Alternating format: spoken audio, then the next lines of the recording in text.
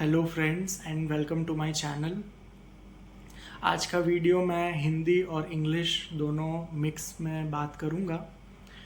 आज का जो टॉपिक है वो टॉपिक है इनएविटेबल्स, लाइफ की कुछ ऐसी सच्चाइयाँ जो इनएविटेबल है, अनिवार्य है, जो आज नहीं तो कल हर इंसान को होनी ही है और आज नहीं तो कल हर इंसान को उस चीज़ से गुज़रना ही पड़ता है।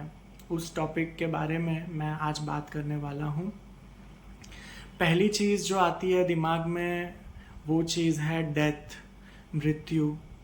तो ये चीज़ हमेशा से कहा जाता है कि जिस इंसान का जन्म हुआ है उस इंसान को एक ना एक दिन मरना ही है, ये धरती छोड़कर जाना ही है। ये एक परम सत्य है।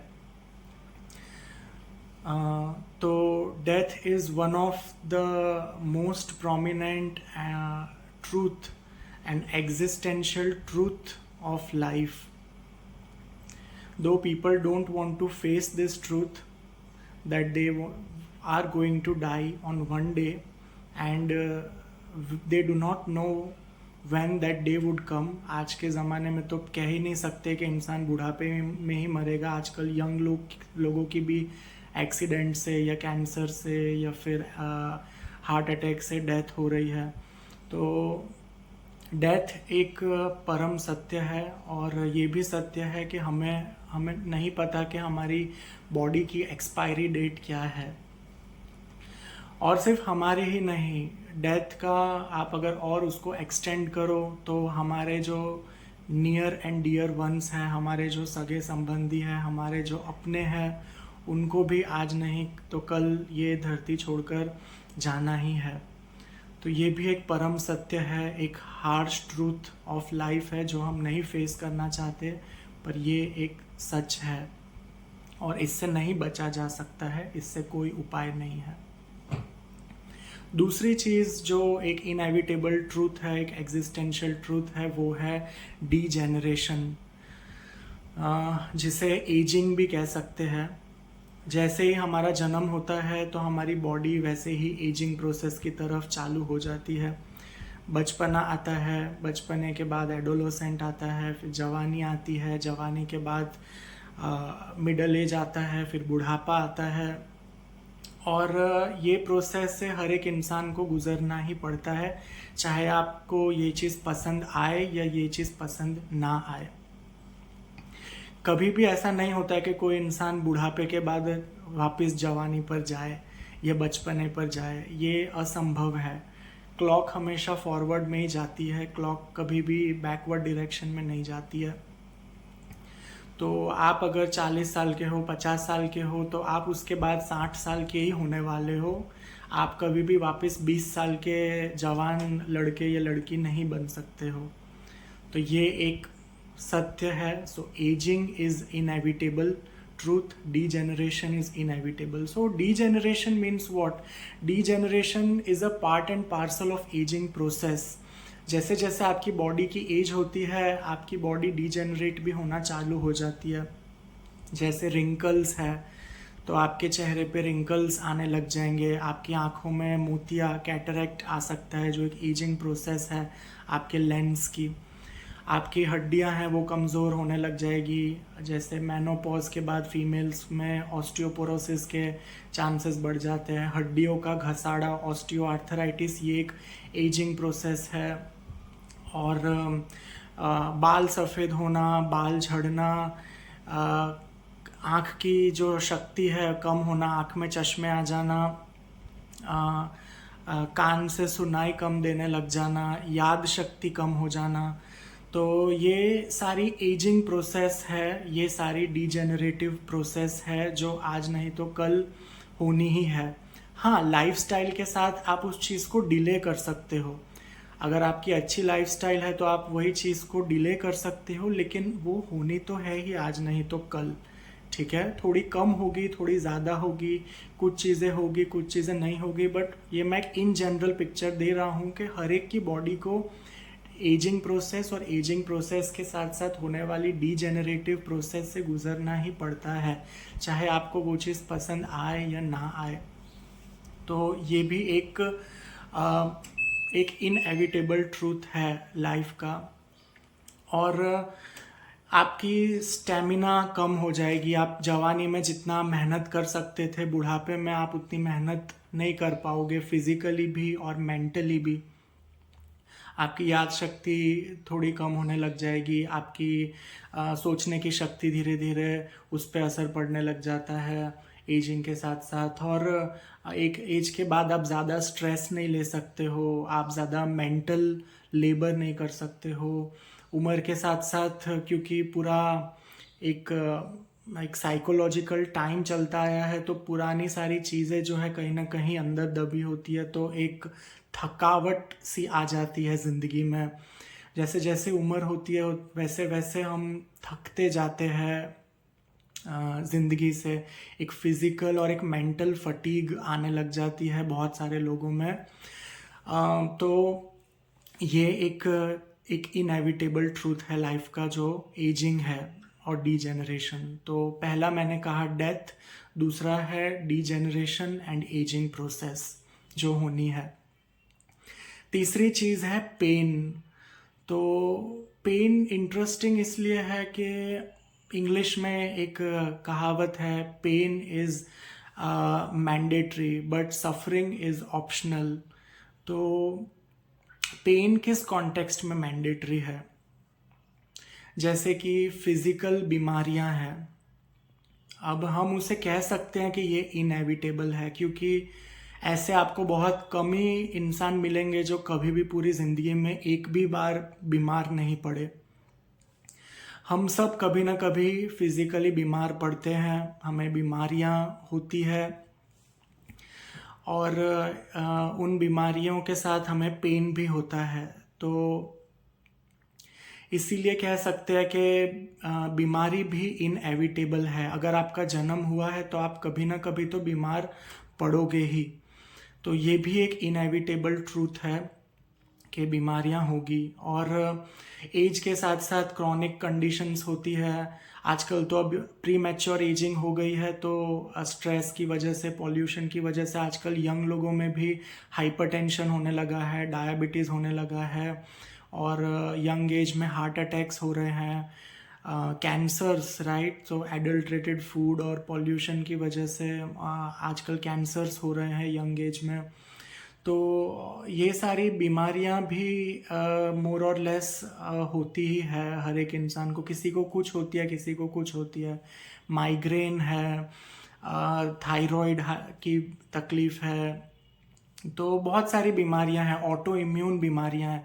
तो यस, ऑटो इम्यून से मेरे को याद आया, ऐसी भी बहुत सी बीमारियां होंगी जिनका कोई क्योर नहीं है। हाँ, उसका मैनेजमेंट है, आप उसको स्टेरॉयड दे के ऑटो इम्यून कंडीशंस में आप उसको मैनेज कर सकते हो जब उसका फ्लेयर अप आए तब, पर उसका ऐसे परमानेंट क्योर नहीं है कि अब ये चीज़ कभी नहीं होगी।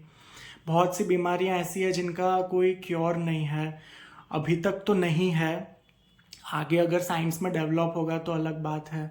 तो वो बीमारियों के साथ आपको जीना पड़ता है, आपको उसके साथ अपने आप को ढालना पड़ता है, उसको मैनेज करना पड़ता है, पर आपको दवाइयाँ लंबे समय तक लेनी पड़ सकती है। ये एक चीज़ है जो हो सकती है। बहुत से लोगों को डिसेबिलिटीज़ है, दे आर फिज़िकली हैंडीकैप, और या फिर इंटेलेक्चुअल डिसेबिलिटी है, या फिर डेफनेस है, या ऐसी कोई चीज़ है जो उनको या तो बचपन से है या आगे कोई एक्सीडेंट में या किसी चीज़ में उनको डेवलप हो गई, तो ये चीज़ें भी उनको कैरी करनी पड़ सकती है। तो ये फिज़िकल पेन के एस्पेक्ट में ही ये सारी चीज़ें आती है, जो मोर और लेस किसी को कुछ होगी, किसी को वो एक्सट्रीम फॉर्म में होगी, पर मोर और लेस कुछ ना कुछ कभी ना कभी तो होना ही है। ये एक इनएविटेबल ट्रूथ है लाइफ का। तो ये एक चीज़ है।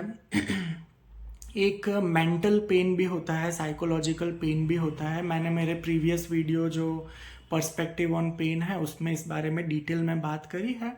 मेंटल पेन यानी कि क्राइसिस है या चैलेंजेस है। लाइफ में बहुत से क्राइसिस के टाइम आएंगे, चैलेंजेस के टाइम आएंगे, चुनौतियां आएगी ऐसी जिसका आपको सामना करना पड़ेगा। तो ये सारी चीज़ें भी आपको पेनफुल एक्सपीरियंस की तरफ फील होती है।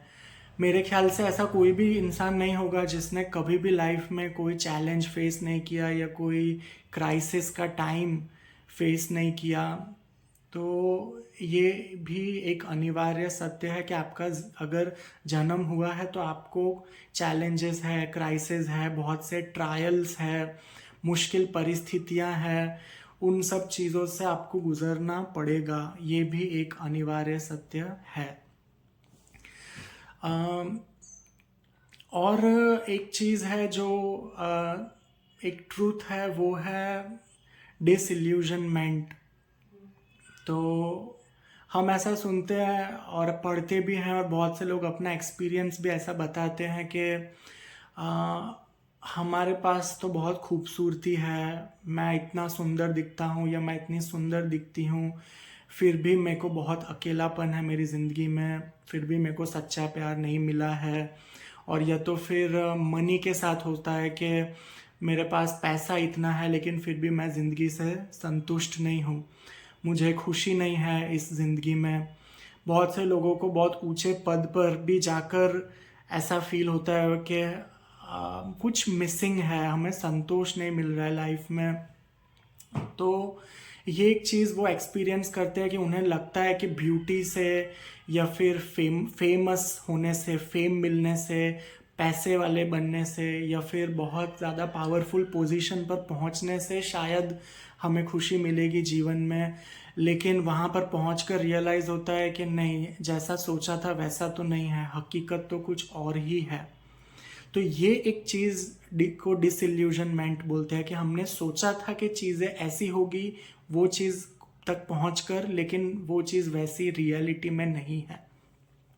और ये चीज़ खाली इन कॉन्टेक्स्ट टू ब्यूटी या फेम, पावर, पोजीशन, मनी इसी के नहीं, ये और भी कॉन्टेक्स्ट में हो सकता है। जैसे मैरिज, तो मेरे पास जो पेशेंट्स आते हैं, ये क्लासिकल लाइन वो बोलते हैं कि हमने लव मैरिज करी, जब हमारा पार्टनर के साथ हम मिले थे पहले टाइम तब ऐसा लगा था कि सारी ज़िंदगी बहुत अच्छी बीतेगी, लेकिन अब सब बदल गया है और जैसा सोचा था ज़िंदगी के बारे में इस इंसान के साथ वैसा अब बिल्कुल भी नहीं है, रियलिटी एकदम ही अलग है।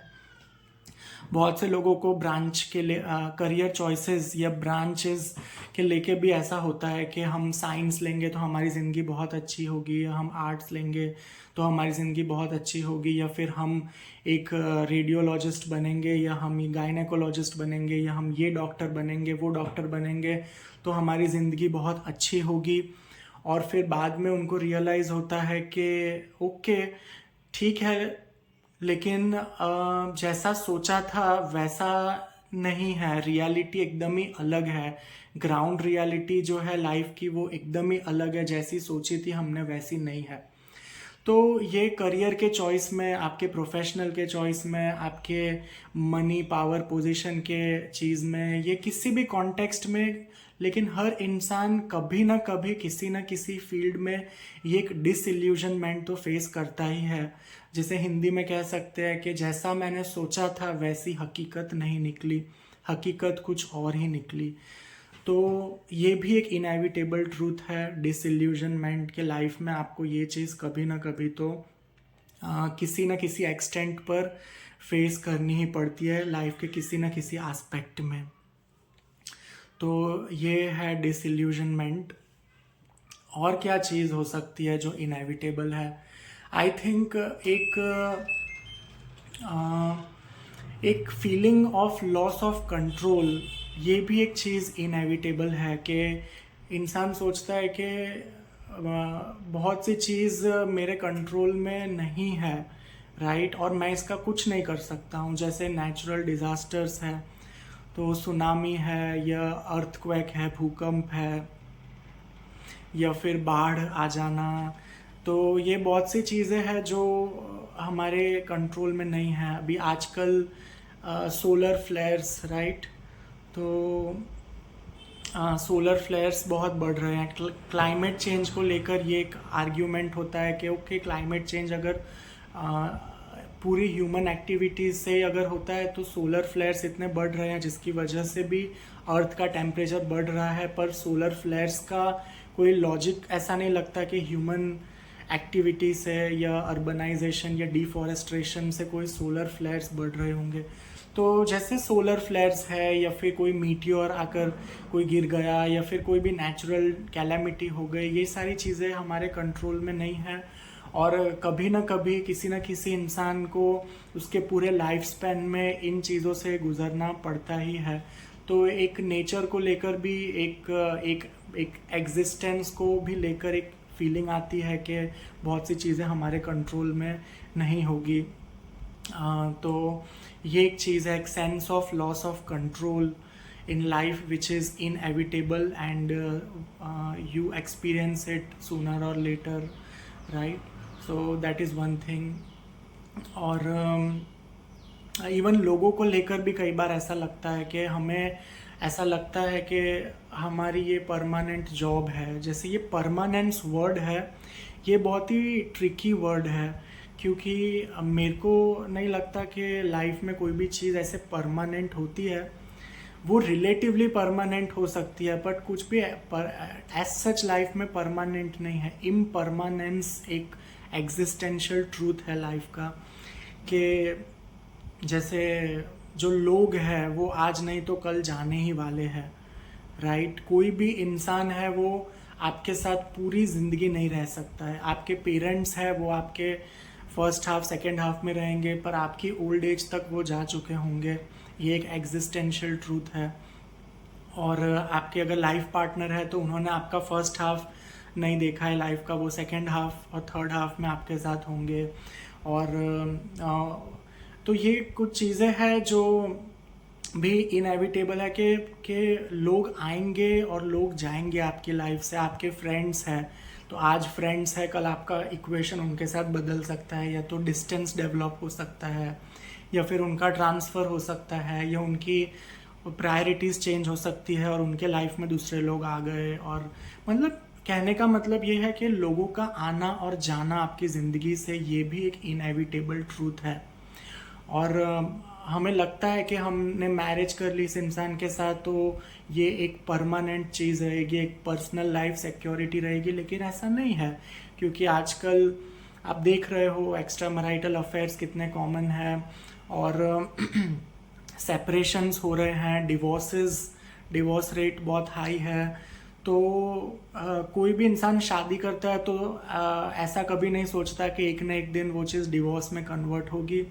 और हर एक इंसान यही सोचता है कि यही लाइफ पार्टनर है जिसके साथ मेरी पूरी लाइफ गुजरेगी, तो उसको लगता है कि एक परमानेंट लाइफ पार्टनर है। लेकिन फिर चीज़ें बदल सकती है और सेपरेशन में या डिवोर्स में वो चीज़ जा सकती है, या तो फिर कई बार स्पाउस की डेथ हो सकती है, राइट? और डेथ उनको आपसे दूर लेकर चली जाएगी, तो ये भी चीज़ एक हो सकती है।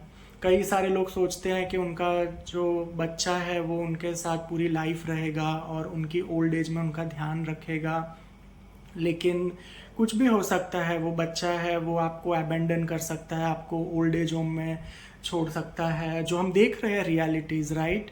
आजकल ये सब चीज़ें हो रही है। और या तो फिर वो फॉरेन कंट्री में होगा और आप अपनी ओल्ड एज में यहाँ अकेले ही डील कर रहे होंगे, और या तो आपके चाइल्ड की डेथ हो सकती है। तो कुछ भी हो सकता है लाइफ में। तो मैं कहने का मतलब है कि लाइफ है वो बहुत अनसर्टेन है, वो बहुत हद तक अनप्रेडिक्टेबल है और यहाँ कुछ भी परमानेंट नहीं है। तो ये एक इल्यूजन है, illusion of permanence, right? Impermanence is an existential truth और ये इनएविटेबल है। बहुत सी चीज़ें नहीं है परमानेंट और आप कुछ नहीं कर सकते हो उस चीज़ का। तो लोग आएंगे आपकी ज़िंदगी से और कुछ टाइम तक रहेंगे और लोग जाएंगे। आप किसी पोजीशन पर बैठे हो और कुछ टाइम के बाद आपका ले ऑफ हो सकता है और कोई और उस पोजीशन पे बैठ सकता है। तो ये जो एक इंग्लिश में कहते हैं कि nobody nothing belongs to you for more than a certain period of time, ठीक है? ये एक हार्डकोर ट्रूथ है कि एक पर्टिकुलर पीरियड ऑफ टाइम के लिए ही आप किसी पोजीशन पर होते हो और या फिर आपके पास कोई लोग आपको लाइफ असाइन करती है और जब उनका टाइम अप हो जाता है then you part ways, right. तो ये भी एक तरह का एक इनएविटेबल एक एग्जिस्टेंशियल ट्रूथ है लाइफ का। तो इस तरह के बहुत सारे सच्चाइयाँ हैं ज़िंदगी की जो यूजुअली हम नहीं फेस करना चाहते, जो हमें अनप्लेजेंट लगती है, हम उसको कभी भी उस तरफ नहीं देखना चाहते। लेकिन मुझे नहीं लगता कि नज़र हटाने से या नज़र छुपाने से या उस चीज़ से अपना माइंड डिस्ट्रैक्ट करने से वो चीज़ नहीं आएगी। आप तो आई डोंट थिंक के this attitude of being an ostrich in sand and remaining in denial, right, and deluding your own self by some illusions will going to work, right? So don't remain in denial of these facts that you are not going to age, you are not going to die, or your partner is never going to leave you, or your child is going to be with you forever. Don't remain in that denial, or don't delude yourself, don't remain in your own mental illusions. I would suggest face these facts, come to an acceptance that yes, this is the existential truth and I accept it, and I can't do anything about it, I can't avoid it, so I will have to go through it sooner or later on one fine day. So accept it. I think acceptance is the first thing that will relieve your anxiety, right, in context to these things, right. तो आप जब आप इन चीज़ों को स्वीकार कर लेते हो और तब आपकी बहुत सी एंग्जाइटीज़ जो है, आपका डर है, वो चीज़ काफ़ी हद तक कम होगा, क्योंकि आपने उस चीज़ को स्वीकार कर लिया है, आपने एक तरह से उस चीज़ को सरेंडर कर दिया है कि हाँ ये चीज़ होनी ही है और इससे डर कर भागने से या हमेशा इससे डरने से कोई फ़ायदा नहीं होने वाला है। आप परपेचुअली डर से नहीं जी सकते और डरने से एनी हाउ वो चीज़ें नहीं होगी ऐसा तो नहीं होने वाला है। इसलिए acceptance is the first thing that I would say. Second thing I would say is develop an attitude of gratitude कि ओके लाइफ इम्परमानेंट है, पर मैं जब तक इस पोजीशन पर हूँ तब तक मैं इसको चेरिश करूँ, मैं अपनी ड्यूटी करूँ, मैं अपनी सर्विस करूँ, और जब तक ये इंसान, ये लोग जो मेरे नियर सर्किट्स में है, मेरे नियर ऑर्बिट्स में है, ये सारे लोग जब तक लाइफ में मेरे साथ है तब तक make sure that I have a good relation with them, a relation of harmony, relation of respect, love, mutual trust. तो जितना भी टाइम अगर आप उनके साथ हो तो make sure that your relation is beneficial in both ways. They benefit from you, you benefit from them, there is love, there is respect. So ताकि अगर जब टाइम आए और अगर they have to part ways and they have to leave you, right, due to some personal circumstance or social circumstance or even death, you could still feel that okay, I had a good time with this person. So develop this attitude that yes, the person is not going to be with me for entire lifespan. Sooner or later they have to leave, पर जितने time तक है उतने time तक I have to make sure that my relation with them is very cordial, very healthy and friendly. तो ये एक attitude develop करना एक अच्छी बात है। बहुत सारी, जैसे मैंने फिज़िकल पेन्स के बारे में कहा, हाइपरटेंशन, डायबिटीज़, बहुत सी बीमारियां हैं, बहुत से लाइफ के क्राइसिस और चैलेंजेस हैं, तो उसको उस चीज़ को उस चीज़ की फियर के साथ डील करने के लिए आई वुड सजेस्ट कि आप सोचिए कि आप कुछ चीज़ें ही आपके कंट्रोल में हैं और बहुत सारी चीज़ें लाइफ में आपके कंट्रोल में नहीं है। तो आपके कंट्रोल में जितनी चीज़ें हैं आप उतने के लिए ही रिस्पॉन्सिबल हो, ठीक है। कहीं सुनामी आ रही है तो उसमें आपका कोई डायरेक्ट कंट्रीब्यूशन नहीं है। तो I mean don't feel that guilty thing, right. और जो भी चीज़ आपके कंट्रोल में है, you do your best, you do your optimum, right, कि आप रेगुलर एक्सरसाइज कर रहे हो, आप हेल्दी खाना खा रहे हो, आप जंक फूड, प्रोसेस्ड फूड है वो अवॉइड कर रहे हो जितना आप अवॉइड कर सकते हो, आप क्लीन स्पेस में रह रहे हो, आपके रहने की जगह अच्छी है, वेल वेंटिलेटेड है, आप रेगुलर एक्सरसाइज कर रहे हो। तो ये कुछ चीज़ें आप अपने हद से अपना बेस्ट दे सकते हो, राइट। आप एक ऑप्टिमम चीज़ें एक ऑप्टिमम लेवल तक आप कर सकते हो, उसके बियॉन्ड आप कुछ नहीं कर सकते हो। अब पॉल्यूशन है, एयर क्वालिटी इंडेक्स पुअर है, आप आप आप क्या करोगे? एक सिंगल इंडिविजुअल आप चलो ट्री ग्रो करोगे, आप फॉरेस्ट्रेशन अवेयरनेस, आप एनजीओ ज्वाइन करोगे, ओके, बट एक बिगर पिक्चर पे आप single person, I don't think you can't do much about it, right. But you have played your part, आपकी हैसियत के हिसाब से, आपकी कैपेसिटी के हिसाब से, आपके रिसोर्सेज के हिसाब से you have done your optimum, right. आपने अपनी कैपेसिटी के हिसाब से ट्री प्लांटेशन किया, आप नेचर को पल्यूट नहीं कर रहे हो, आप नेचर को एक्सप्लॉइट नहीं कर रहे हो, आप 10 और लोगों को इंस्पायर कर रहे हो, राइट, नेचर का ध्यान रखने के लिए। और आप अपनी हेल्थ का ध्यान रख रहे हो, आप अपने नियर एंड डियर वंस की हेल्थ का ध्यान रख रहे हो, ताकि उनको ये एजिंग और ये जो सारी बीमारियां हैं उससे आप वो प्रोटेक्टेड रहे। आप अपने एक्सटेंड तक अपना ऑप्टिमम जितना आप कर सकते हो आप उतना करिए, पर beyond that you don't have to think much about it. Don't overthink or over worry about it, because that is anyway not going to help.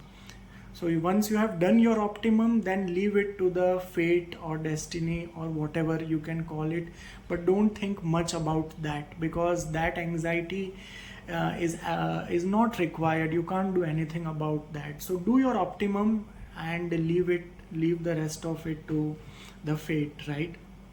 सो इससे भी आपके बहुत हद तक एंजाइटी कम हो जाएगी, ये जो लाइफ की इनएविटेबल चीज़ें हैं इनको लेकर। आई थिंक आपको मेरा ये मानना है कि एक्सेप्टेंस जो है वो सबसे फर्स्ट लेवल और बहुत ही इम्पोर्टेंट है।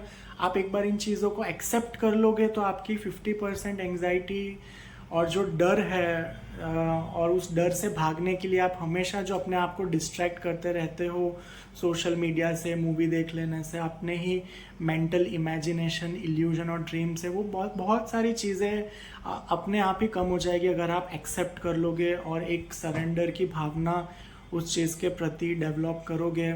आप फाइट मत करिए। मैं देखता हूँ बहुत सारे लोग एजिंग से फाइट करते रहते हैं, हमेशा एंग्जाइटी में रहते हैं कि मेरे बाल सफ़ेद हो रहे हैं, मेरे बाल झड़ रहे हैं, रिंकल्स आ रहे हैं, और तो वो अपनी सफरिंग्स को और ज़्यादा इन्फ्लेमेट कर रहे हैं, इंटेंसिफाई कर रहे हैं, राइट। और उससे आप इतनी एंग्जाइटी में और आप एजिंग बढ़ेगी ही, राइट, क्योंकि स्ट्रेस का वो सब का लेना देना होता है। तो इसीलिए डू योर ऑप्टिमम, पर उससे ज़्यादा आप नहीं बच सकते हो इन चीज़ों से, आपको उनसे गुजरना ही है। और अननेसेसरी उससे भागने से, उससे डरने से, उसको छिपाने से, अपने आप को डिस्ट्रैक्ट करने से आप और सफरिंग को बढ़ाओगे ही अपने, ठीक है।